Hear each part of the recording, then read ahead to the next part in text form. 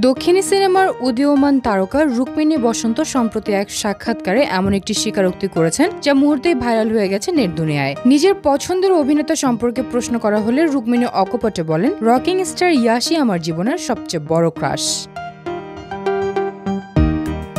তার এই সহজ স্পষ্ট মন্তব্য ইতিমধ্যেই ঝড় তুলেছে সামাজিক যোগাযোগ মাধ্যমে। অনেকে প্রশংসা করছেন তার সাহসী স্বীকারোক্তির, আবার কেউ মজা করে লিখেছেন, ক্রাশেরও যদি এমন ক্রাশ থাকে তবে সেটা তো ইয়াশ। কেজিএফ ফ্র্যাঞ্চাইজির দুর্ধর্ষ অ্যাকশন হিরো হিসেবে বিশ্বজুড়ে পরিচিত ইয়াশ কিন্তু রুক্মিণীর মনে গেঁথে আছে তার ক্যারিয়ারের শুরুর দিকে রোমান্টিক ও সংবেদনশীল অভিনয়। অভিনেত্রী মনে করিয়ে দিয়েছেন অ্যাকশনের বাইরেও ইয়াশ একজন শক্তিশালী রোমান্টিক পারফর্মার ছিলেন, যিনি দর্শকের মন জয় করেছিলেন একসময়ের প্রেমিক চরিত্রে।